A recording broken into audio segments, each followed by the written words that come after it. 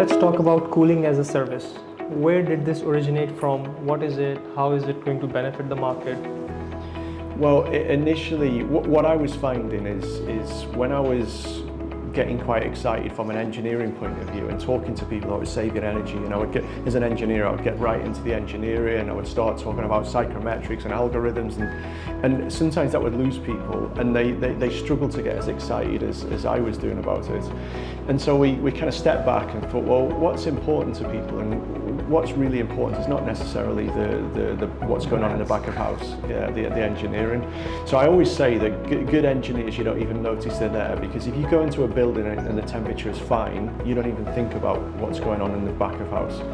So we were thinking, okay, how can we kind of sell a service? How can we get people to engage with us? And we thought, well, why don't we just approach them and say, look, hey, we'll sell cooling to you as a service. We'll adopt your infrastructure, we'll adopt your chillers and your pumps and your motors and your vents. We'll take over all of that for you. We'll maintain it, it won't cost you anything, and we'll just provide cooling as a service. So again, you don't have to think about it, and you don't have to worry about it either, and it's more efficient. Also, we'll be saving some money, so hopefully that can maybe go in your life cycle fund, and it just takes away any worry for you. We found that was a much more palatable way for people to understand,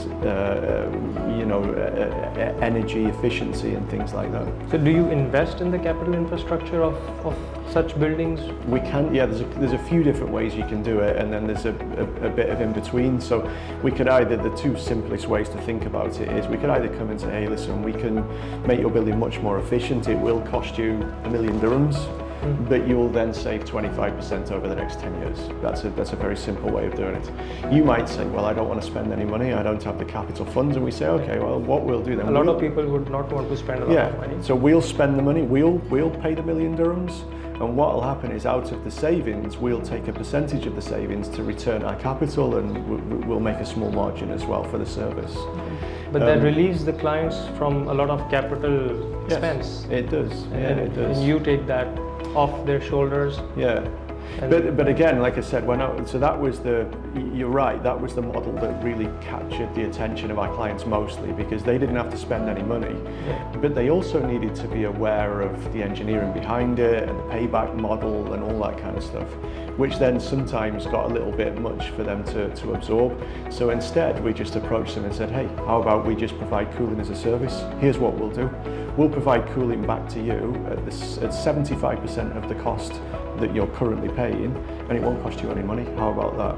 And that was instantly getting attention. Where do I sign? Yeah, exactly. Yeah, exactly. I was sat with somebody recently, and they said, "Why wouldn't I sign up to this?" And I said, "Yeah, exactly. That's the evolution of the way that we've approached this problem."